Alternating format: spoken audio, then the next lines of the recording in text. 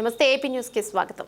ప్రస్తుత కాలంలో డయేరియా కేసులు ఎక్కువవుతున్న నేపథ్యంలో తీసుకోవాల్సిన జాగ్రత్తలపై పత్తిపాడు సిహెచ్ సూపరింటెండెంట్ వైద్యురాలు సౌమ్య జాగ్రత్తలు తెలియజేశారు. డయేరియా సంబంధించిన వారు ముందుగా విరోచనాలు వాంతులతో మొదలవుతుందన్నారు. లక్షణాలు ఉన్నట్లయితే ముందుగా హైడ్రేషన్ మరియు మందులు ఇచ్చినట్లయితే వారిని ప్రమాదంలోకి వెళ్లకుండా నివారించవచ్చన్నారు.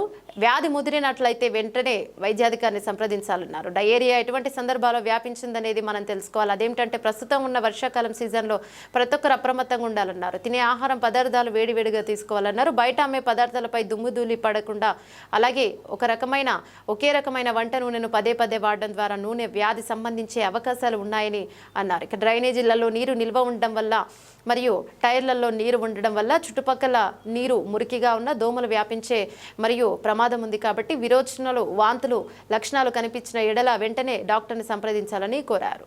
సివియర్ డయేరియాలోకి వెళ్ళినప్పుడు మనిషి డీహైడ్రేషన్ అవుతాడు. అలాంటి సమయంలో అటువంటి రోగం కిడ్నీలపై ప్రభావం చూపించిన అనంతరం మరణానికి దారితీస్తుందని తెలిపారు.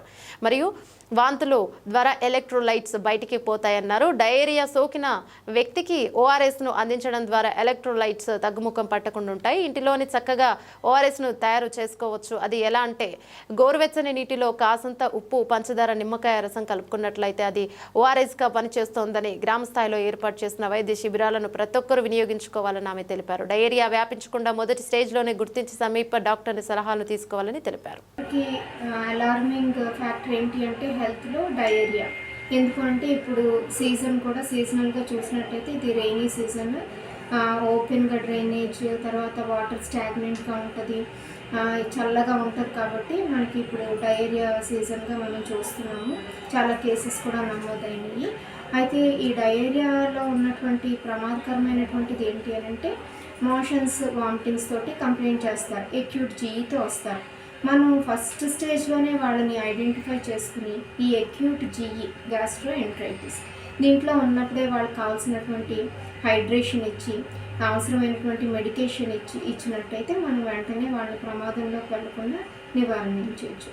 అదే సివియర్ అయిందనుకోండి, అలా స్ప్రెడ్ అవుతుంది. ఎందుకు అంటే బ్యాక్టీరియల్ కాజెస్ ఉంటాయి, అట్లాగే అనేక రకమైనటువంటి కాజెస్ ఉన్నాయి. ఏంటి అంటే అందరూ కూడా వేడి నీళ్ళు తాగటం చాలా మంచిది. అంటే కాచి వాటర్, అది సోర్స్ ఆఫ్ డయేరియా ఇంపార్టెంట్. ఎక్కడి నుంచి వస్తుంది డయేరియా? ఏమైనా కంటామినేషన్ అయిందా? వాటర్ కంటామినేషన్ అయిందా? ఫుడ్ కంటామినేషన్ అయిందా?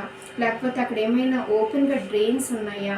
ఈ దేని వల్ల వచ్చినటువంటిది సోర్స్ చాలా ఇంపార్టెంట్. అందుకే ఏం చేయాలి అంటే సీజనల్గా వచ్చేటువంటి ఈ డయేరియా కేసెస్కి కాచి చల్లార్చినటువంటి వాటర్ తాగినట్టయితే చాలా వరకు మనం నివారణ చేయొచ్చు. అట్లాగే ఫుడ్ కూడా వేడివేడిగా తీసుకోవాలి. తర్వాత ఓపెన్గా అమ్ముతూ ఉంటారు. ఉట్టప్పుడు ఎలాగున్నా ఇప్పుడు ప్రస్తుతం సమయంలో ఎక్కువ కేసెస్ ఉన్నాయి కాబట్టి అదే ఆయిల్లో ఫ్రై చేసి బజ్జీలు ఇట్లాంటి ఓపెన్గా ఉన్నటువంటి తినటం మానేయటం ఎంతైనా మంచిది. తర్వాత ఎవరైనా ఒకవేళ కానీ డయేరియా కేసెస్ ఐడెంటిఫై చేస్తే ఇమ్మీడియట్గా డాక్టర్ దగ్గరికి 1-2 మోషన్స్ అవగానే 1-2 వామిటింగ్స్ అవగానే డాక్టర్ని సంప్రదించినట్టయితే దానికి హైడ్రేషన్ ఇస్తారు.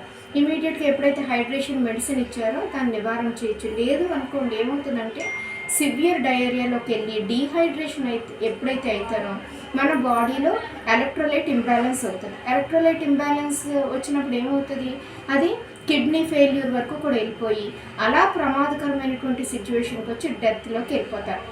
సంకెన్ ఐస్ అంటే కళ్ళు లోతుగా వెళ్ళిపోతాయి. ఎందుకు? బాడీలో ఉన్నటువంటి ఎలక్ట్రోలైట్స్ సోడియం, పొటాషియం, క్లోరైడ్ ఇవన్నీ కూడా పోతాయి బయటికి మోషన్స్, వామిటింగ్స్ వల్ల. అప్పుడు ఈ ఎలక్ట్రోలైట్ ఇంబ్యాలెన్స్ వస్తుంది, అప్పుడు ఆర్గన్ ఫెయిల్యూర్లోకి వెళ్ళిపోతారు. అందుకు ప్రతి ఒక్కళ్ళు కూడా ఇది గమనించుకుని ఎక్కడైనా ఒకవేళ కానీ డయేరియా కేసెస్ నమోదైతే వెంటనే డాక్టర్ దగ్గరికి వచ్చి చూపించుకోండి. ఇనీషియల్ స్టేజ్లోనే హైడ్రేషన్, మెడికేషన్ తీసుకున్నట్టయితే ఎంతైనా నివారించవచ్చు. తర్వాత ఓఆర్ఎస్ అంటే ఓఆర్ఎస్ ప్యాకెట్సే మనం తీసుకోక్కర్లేదు, సాచెట్స్.